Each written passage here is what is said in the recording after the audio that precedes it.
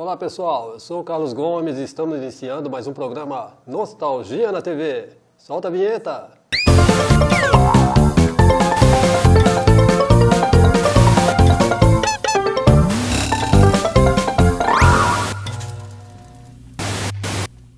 Bom pessoal, hoje a gente vai falar sobre o Sítio do Pica-Pau Amarelo, obra de Monteiro Lobato, que atravessou gerações, né, desde os anos 20 até os dias atuais, junto com, por exemplo, o outro é Maurício de Souza, da Turma da Mônica, são os outros que não se perderam com o tempo, que continuam fazendo sucesso. A primeira vez que se ouviu falar Sítio do Pica-Pau Amarelo foi em 1921. Aliás, em 1920 tem um dado curioso, né? Tava o Monteiro Lobato, ele estava conversando com um amigo e então ele comentou que tinha tido uma ideia, né? Escreveu sobre um peixe que tinha desaprendido a nadar e que morreu afogado. Ele pretendia lançar, né, como livro infantil, só que ele não achou, ele procurou essas folhas que ele havia escrito e não achou. Ele tinha escrito a Menina do Narizinho Arrebitado, né, já que ele adorava escrever contos infantis, já que ele era uma pessoa meio desiludida com o Brasil e com a política na época que estava se desenvolvendo. Então ele gostaria de trabalhar com as crianças, fazer, vamos dizer, moldar, né, as crianças, ensinar, procurar dar um pouco de cultura para as crianças. Então, em 1921, ele lançou Reinações de Narizinho, né, um conto que... Praticamente ele nasceu num sítio, né? Foi no sítio do Visconde de Tremembé, um sítio do vô dele. Depois a gente vai falar sobre isso, falando um pouco sobre Monteiro Lobato.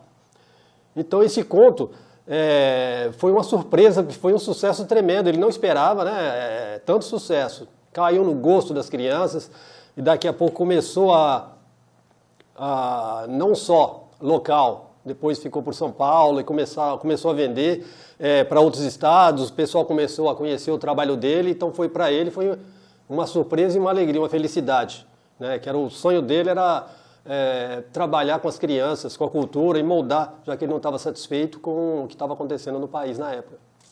Bom, fez tanto sucesso que isso acabou, foi em 23 livros, né, em cima de Reinações de Narizinho.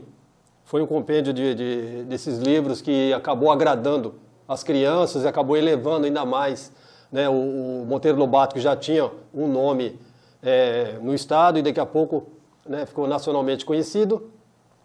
Só que esse livro, um desses compêndios, deu uma dor de cabeça, não sei se foi o quarto ou quinto, né, que foi A Caçada de Pedrinho, que era um compêndio de Reinações de Narizinho, né, já que foram 23 livros para completar essa obra. E ali ele foi criticado pela igreja e pelas professoras, né? As escolas ficaram revoltadas porque disseram que ali havia muito preconceito. Então, eles pediram, a igreja e a própria escola pediu para que todas as crianças que estudavam, que estavam fazendo a primeira comunhão, que devolvesse o livro. Eles pediram para recolher todos os livros do Monteiro Lobato, e principalmente A Caçada de Pedrinho, né, que eles julgaram muito racista, por causa da tia Anastácia. Então acabou que aí tinha o dia da queima. Toda criança que levasse o livro teria 1 ponto de bonificação e quem não levasse tiraria 1 ponto. Né? Não deixa de ser uma chantagem, né? Mas infelizmente nessa época a coisa funcionava desse jeito. E o Monteiro Lobato ficou muito triste, muito chateado, mas isso não impediu dele continuar escrevendo, né? E isso foi um sucesso tremendo, isso começou a crescer, Monteiro Lobato começou a ser conhecido, requisitado, e nessa época ele trabalhava para o jornal A Tribuna de Santos e a Gazeta, né? Ao qual ele escrevia contos. Isso foi para ele o que ele queria mesmo, ele escrever para as crianças, isso deu super certo. Né? E a história de Reinações de Narizinho, muito legal. Ele contava a história, né, do sítio onde vivia a Dona Benta, era uma velha, um pouco mais de 60 anos, e a tia Anastácia, que fazia quitutes para ela e para a neta dela, que era a Lúcia, o nome dela, mais conhecida como Narizinho. E como ela convivia com duas pessoas idosas, né? Então ela vagava lá pelo sítio, então ela tinha um monte de fantasias, né? Ali ela, vamos dizer, a imaginação dela voava. Então ela acabou conhecendo, no caso tinha um riacho, né? Lá é um lugar onde o mundo da fantasia ali voava. Tanto é que o Monteiro Lobato é conhecido como o Lewis Carroll brasileiro, que foi o cara que escreveu Alice no País das Maravilhas. Então, Narizinho conheceu esse rei das Águas Claras, ele simpatizou com ela e acabou levando ela, né, até o reino das Águas Claras, onde ele apresentou ela para os mandatários lá do reino das Águas Claras, que era a Dona Carochinha, e o doutor Caramujo, que era um cientista, né, que tinha um monte de inventos, e a Dona Carochinha, ela era responsável pelos contos de fadas e para manter o pequeno polegar preso no livro, e era muito arteiro. Então, como agradecimento antes dela voltar, eles colocaram, ele jogou um pó mágico na boneca, né, que era da Narizinho, que ela chamava de Emília, e ela ganhou vida e começou a falar e não parou mais, né? Depois ela retornou ao sítio e quando estava de férias, ela tinha companhia do primo dela, que morava na cidade, que era o Pedrinho. E o Pedrinho também tinha o boneco dele, que era um sabugo de milho, que a tia Anastácia também tinha feito para ele. Ele também, porventura, ele foi nas Águas Claras com a Narizinho e acabou também ganhando vida, né? Então, a partir disso daí, o Monteiro Lobato criou um monte de personagens, ampliou, né, a gama tanto de vilões como de mocinhos, e ele trabalhou em cima disso daí para as crianças, né, colocando ali coisas positivas, que o bem vence o mal, historinhas muito bem delineadas, né, com um pouco sempre ali tentando educar as crianças. E foi feito peças de teatro, e o sucesso agradou tanto que logo a TV Tupi, né, pegou o direito para poder produzir o filme. Isso porque antes, no ano de 1951. Então foi produzindo o filme primeiro para o cinema, que era o Saci, onde os personagens conheciam o Saci, e ali desenvolve uma história muito legal. Então o Monteiro Lobato foi convidado, então, devido ao sucesso desse filme, já que foi um sucesso tremendo, as crianças adoraram, os cinemas encheram, né? Então, a Tupi resolveu fazer o seriado. Já em 1952, né, através da Tatiana Belinsky e João Gouveia, eles criaram o seriado, né? Trouxeram atores mirins, aqueles que tinham boas notas, que trabalhavam direitinho na televisão, já haviam feito propaganda, então trouxeram eles para a televisão. E como era feito ao vivo, né, era feito na hora, então e a tecnologia era bem complicada para fazer esse tipo, né, um programa mágico, né, para as crianças, que passava à tarde, quando as crianças já tinham chegado da escola, e a aprovação foi ótima, né, era para fazer, por exemplo, 1 ou 2 anos, né, acabou ficando 11 anos, né, o Sítio do Pica-Pau Amarelo, e sempre feito ao vivo, em preto e branco, mas a magia não sumia. Tanto para vocês verem a falta de tecnologia, por exemplo, quando eles iam passar, o cenário era sempre o mesmo, mas quando eles iam passar, por exemplo, mudar de cenário, quando eles iam viajar para outra época, apenas desfocava a câmera, enquanto isso eles já corriam para outro cenário para poder gravar. E o sucesso foi tanto, a audiência estava tão grande, que eles começaram a introduzir merchandising. Foi o primeiro programa da televisão a introduzir o merchandising, né? Então era o suco achocolatado Puritas, a Que Bom, Biotônico Fontoura e alguns outros mais, mas esses eram os principais, né? No caso então, não tinha tempo ali para intervalo nem nada. Então o que aconteceu? O problema ali às vezes ocorria, né? Que era feito ao vivo, e um deles foi esse que ficou mais marcante, foi que eles colocaram, não sei se foi a produção, se foi alguma brincadeira, alguma coisa, eles colocaram sal no achocolatado para as crianças. Então eles começaram a cuspir o achocolatado, ao vivo ali não tinha jeito, só que isso não atrapalhou né, a produção, não atrapalhou também o negócio, né? Eles continuaram vendendo achocolatados Puritas, tanto é que eles tiveram que cortar a propaganda porque eles não estavam conseguindo atender a demanda, né? E apesar de todo esse sucesso, né, teve um final, primeiro essa parte de Pica-Pau Amarelo. Então a Tatiana Belinsky e o João Gouveia produziram outro já, voltou em 1964 na TV Bandeirantes, né? Eles tentaram fazer isso aí, só que ficou 11 anos, né? Antes a Cultura tentou fazer, mas não durou nem 6 meses. Foi um fracasso, porque é um programa que tem que ser bem feito, né? Bem produzido. Infelizmente, eles não conseguiram produzir isso a contento, então veio fora. Então, em 1964, a Bandeirantes, né, começou a produzir, já com mais requinte, já gastaram mais dinheiro, né, para a produção, e chamaram a Tatiana Belinsky e o João Gouveia de novo para poder produzir o Sítio do Pica-Pau Amarelo na Bandeirantes. Ficou 3 anos no ar, foi até bem sucedido, só que o problema é que o João Gouveia, segundo fontes, disseram que ele estava descontente, porque as cenas ali tinha que ter parada, talks, para poder, parada para merchandise, para um monte de coisa, e isso atrasava. Ele falou que coisa que ele fazia em meia hora na Tupi, na Bandeirante levava 6, 7 horas. Então isso era um atraso, atrapalhava bastante, né, a produção. Então ficou 3 anos, né, e eles tentaram, depois continuou fazendo sucesso em teatro, quer dizer, nunca parou, sempre com sucesso. E isso, por exemplo, em 74 já teve outro filme de cinema, que era o Pica-Pau Amarelo. Isso alavancou ainda mais porque as crianças lotaram os cinemas, era bem chamativo, né? Todo mundo queria ver, por exemplo, conhecer a Cuca, conhecer principalmente a Emília, as meninas queriam conhecer a Emília, todo mundo dos meninos queriam ser o Pedrinho, né?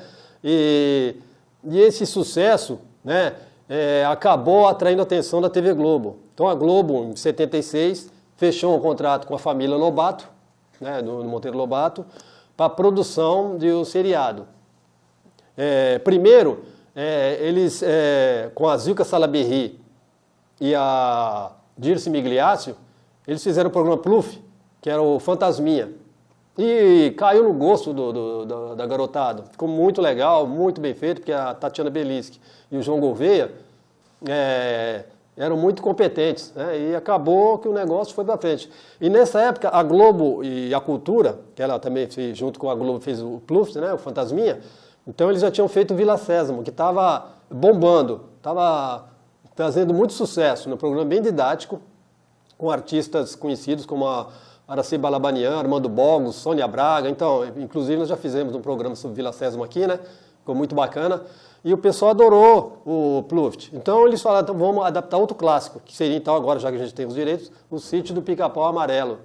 Isso foi, sabe, muito bacana, porque eles começaram a chamar atores de renome, que era a Zilka Salaberry, Rosana Garcia, que já era uma criança conhecida, chamou o Júlio César para ser o Pedrinho, né? E o André Valle para ser o Visconde, enfim, né? O Chaguinha para ser o Rabicó. Então, atores bem conhecidos, a Jacira Sampaio, que era a tia Anastácia. Então, era a cara do... Então, estreou em 77. Eles produziram em 76, estreou em 77. E foi um sucesso retumbante. Tanto é que foram 7 temporadas, né, do Sítio do Pica-Pau Amarelo, onde eram todos ali produzidos em cima do Reinações de Narizinho, né? E chamaram professores, psicólogos, para poder trabalhar ali, para ficar bem um programa que ia divertir, ensinar, e com uma aventura bem gostosa, sem fugir muito do enredo do Monteiro Lobato, né? Do que ele fez. Então, ficou um negócio muito bacana, maravilhoso, foi um sucesso tremendo. Esse aí eu assisti, né? Eu peguei essa época e foi um sucesso maravilhoso, um sucesso, sabe, marcou.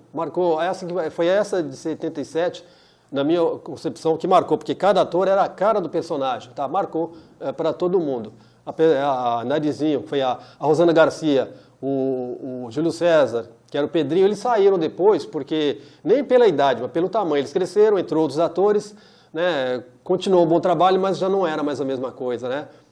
A Emília trocou várias vezes, né? A Dorinha Duval, foi a primeira Cuca, ela entrou e saiu, depois ela entrou de novo, depois teve que sair porque ela foi acusada de ter matado o marido dela, ficou 6 anos na prisão, né? Foi uma situação triste, desagradável, mas acontece, né? Infelizmente, não deveria, mas acontece.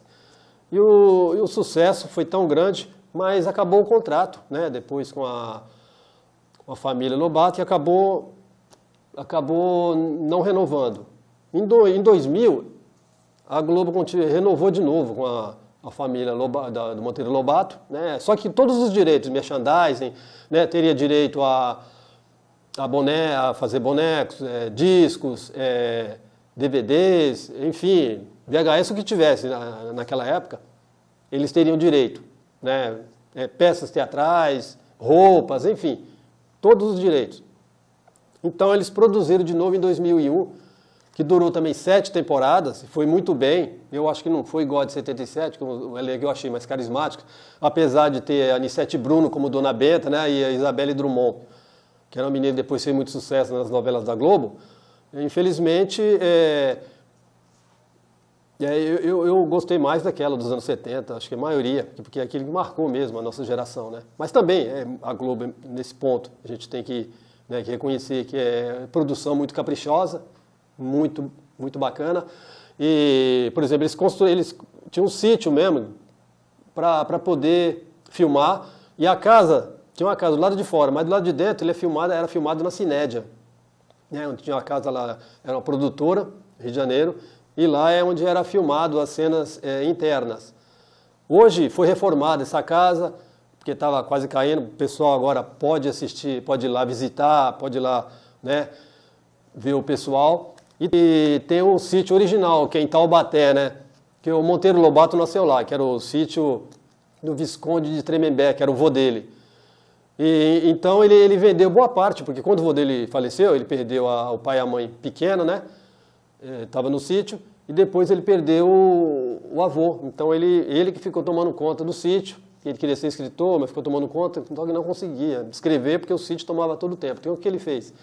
Ele vendeu quase toda a totalidade, ficou com 40 metros de terreno e mais a casa, o casarão, né? O casarão que hoje, gente, quem quiser ir lá em Taubaté e visitá-lo, tem lá a máquina de escrever original, né? Tem roupas, tem os armários, ali naquela máquina ali é onde ele escreveu a maioria dos contos dele. Isso aí. Então, o pessoal pode ir no Rio visitar a casa lá da cenografia, né? Onde foi filmado, e a casa original onde Monteiro Lobato viveu e escreveu, né, os contos dele, Reinações de Narizinho, foi tudo ali naquela máquina. Então tem muita história, tem muita coisa ali que você vai... Inclusive, ali ficou a jaqueira, né, as mangueiras, que tem no livro também que ele escreveu, e você pode chegar lá, as mesmas jaqueiras, as mesmas mangueiras estão lá. E você pode fazer um lanche, porque tem, né, você faz um tipo piquenique lá, você pode ir lá, tem os personagens também, você encontra com eles, você tira foto. Então é um lugar muito, muito maravilhoso. Tem Buqueira, que é a cidade onde ele nasceu, hoje chama Monteiro Lobato, né? Mas em Taubaté, as coisas do Monteiro Lobato estão lá. Então é bom o pessoal ir lá, aproveitar, visitar e conhecer um pouco da cultura da época, né? E conhecer um pouco sobre a história de Monteiro Lobato, que depois que ele havia ido para os Estados Unidos como adido comercial, né, ele voltou com a mentalidade de tirar as crianças da rua, as crianças que estavam passando fome, e principalmente as pessoas do interior, que era paupérrima na época, isso deixava ele revoltado, né? Inclusive o Getúlio Vargas mandou até prendê-lo, na época, que achava ele subversivo, comunista, né? E ele não se quietou, não se calou e continuou lutando pela causa, não só das crianças, mas do país. Que o petróleo era nosso, né? E isso incomodava muita gente. E o Monteiro Lobato foi um cara que é complexo, né? Angariou muitos inimigos por causa, né, desse tipo de pensamento dele. Tanto os admiradores como detratores. Mas o Sítio de Pica-Pau Amarelo é uma coisa bem abrangente. Tá? Eu quero fazer um programa em outra oportunidade. A gente pode falar muitas coisas, principalmente sobre Monteiro Lobato. O trajeto dele, que é um trajeto muito bacana. E infelizmente, em 1948, ele acabou falecendo. E infelizmente, perdemos um grande escritor, que entrou para a história e é adorado pelas crianças. Ok, pessoal? Então, um abraço, espero que vocês tenham gostado. É um pequeno ponto de uma coisa tão grande que é a história do Monteiro Lobato e o seu legado, o Sítio do Pica-Pau Amarelo. Ok, pessoal? Um abraço, fiquem com Deus.